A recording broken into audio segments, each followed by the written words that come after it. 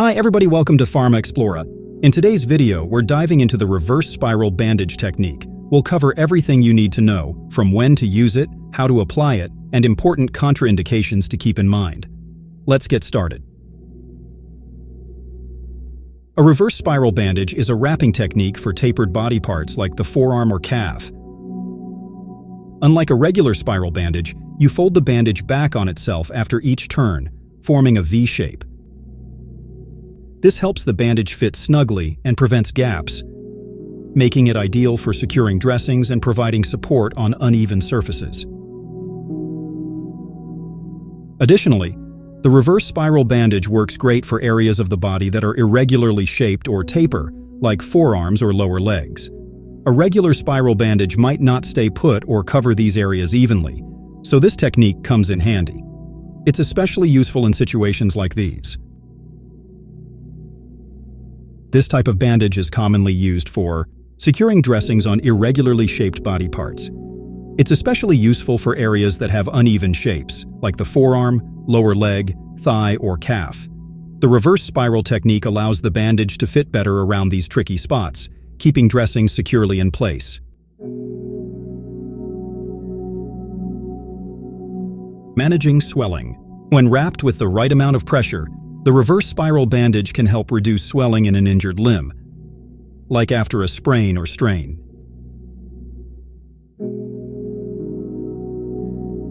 Providing support to joints. This bandage is often used around joints like the knee or elbow, where the shape of the limb changes a lot, and a regular spiral bandage just doesn't work as well.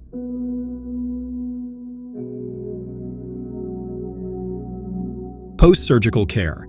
After surgery, especially on limbs, a reverse spiral bandage is great for keeping dressings in place, applying compression, and helping the healing process.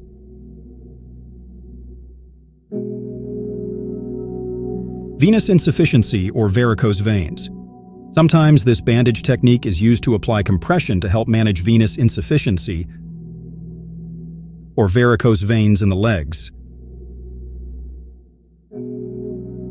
How to apply a reverse spiral bandage. Prepare the bandage and patient. Wash your hands thoroughly and clean the injured area before applying the bandage. Ensure you have a clean and appropriate bandage material. A stretchable bandage or elastic wrap is commonly used.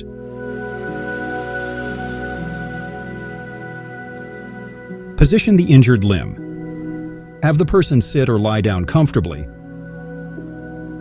depending on the location of the injury. Start the bandage. Begin by wrapping the bandage around the limb at a point below the area that needs coverage. Secure the starting end. Secure the starting end of the bandage with a few simple turns, ensuring it is snug but not too tight.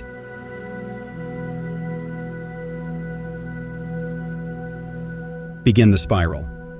Start wrapping the bandage in a spiral pattern, moving upward along the limb.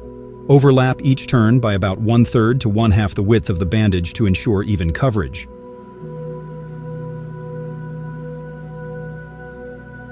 Make the reverse turn. Make a reverse turn when you reach an area where the limb changes shape, for example, from narrow to wider. Place your thumb on the bandage at the point where you want to reverse the direction. Flip or twist the bandage back on itself, changing the direction of the wrap. This reverse turn should lay flat and conform to the shape of the limb.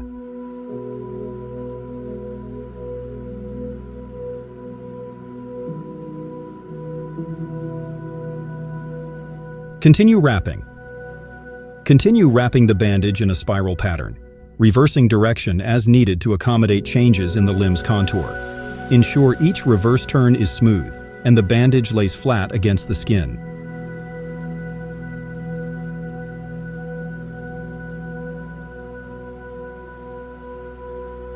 Finish and secure the bandage.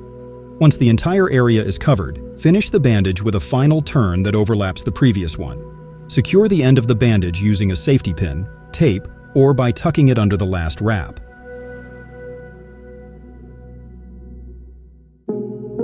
Check the bandage. Ensure the bandage is snug but not too tight. It should provide support without cutting off circulation. Check for any signs of discomfort, numbness, or swelling beyond the bandage, which might indicate it's too tight. This method ensures that the bandage stays in place, provides even pressure, and effectively covers areas with irregular contours. Reassess as needed. Periodically check the bandage to ensure it remains secure and does not become too tight. Adjust as necessary for the comfort and well-being of the injured person. Now that you know the steps for applying a reverse spiral bandage, let's go through the entire process slowly. After completing the steps to prepare the bandage and patient and position the injured limb, you can start applying the bandage, secure the starting end, and then continue wrapping the bandage.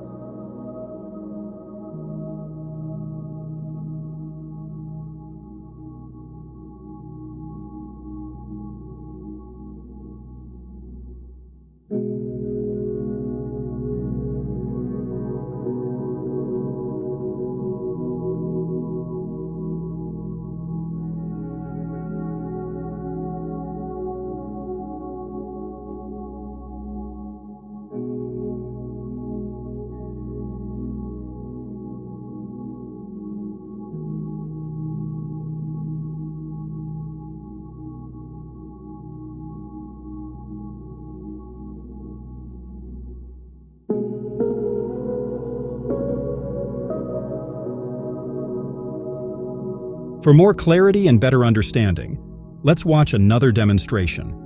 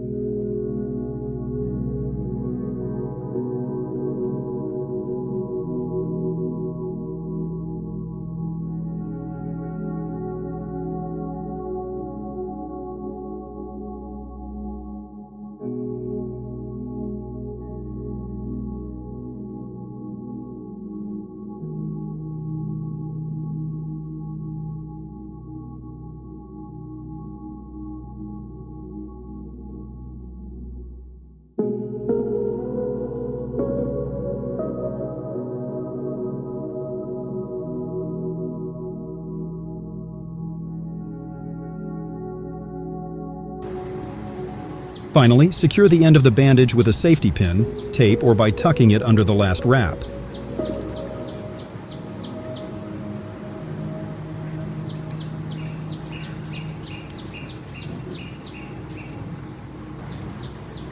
Be sure to check for any signs of discomfort, numbness, or swelling beyond the bandage to ensure it's not too tight. Now let's go over the contraindications for the reverse spiral bandage. Severe swelling or edema. If the limb is severely swollen, applying a reverse spiral bandage with too much tension can exacerbate the swelling or impede circulation. In such cases, other compression techniques or looser bandages may be more appropriate.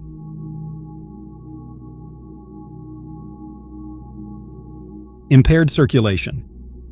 Patients with conditions like peripheral arterial disease, advanced diabetes, or other circulatory issues may be at risk of compromised blood flow if the bandage is applied too tightly. This could lead to tissue damage or further complications.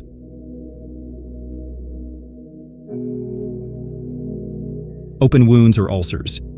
If there are open wounds or ulcers on the limb, care must be taken to avoid applying pressure directly over these areas unless advised by a healthcare professional. The bandage could potentially worsen the wound or delay healing.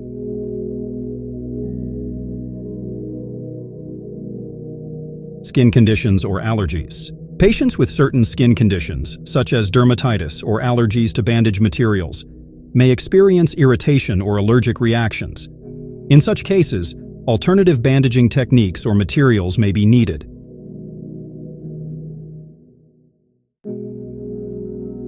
Fragile or thin skin. Elderly patients or those with fragile, thin skin may be more susceptible to skin tears or damage from the pressure of the bandage. Gentle application and monitoring are essential.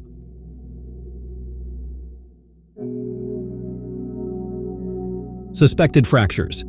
If a fracture is suspected, applying a reverse spiral bandage could potentially cause further injury.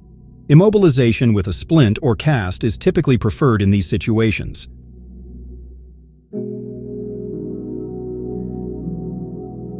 Inadequate limb sensation. In patients with reduced sensation in the limb due to nerve damage or other conditions, the bandage might be too tight or too loose without the patient noticing, leading to complications.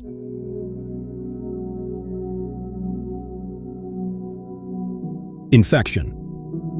If there is an infection present, particularly in a wound or ulcer, bandaging could trap bacteria and moisture, potentially worsening the infection.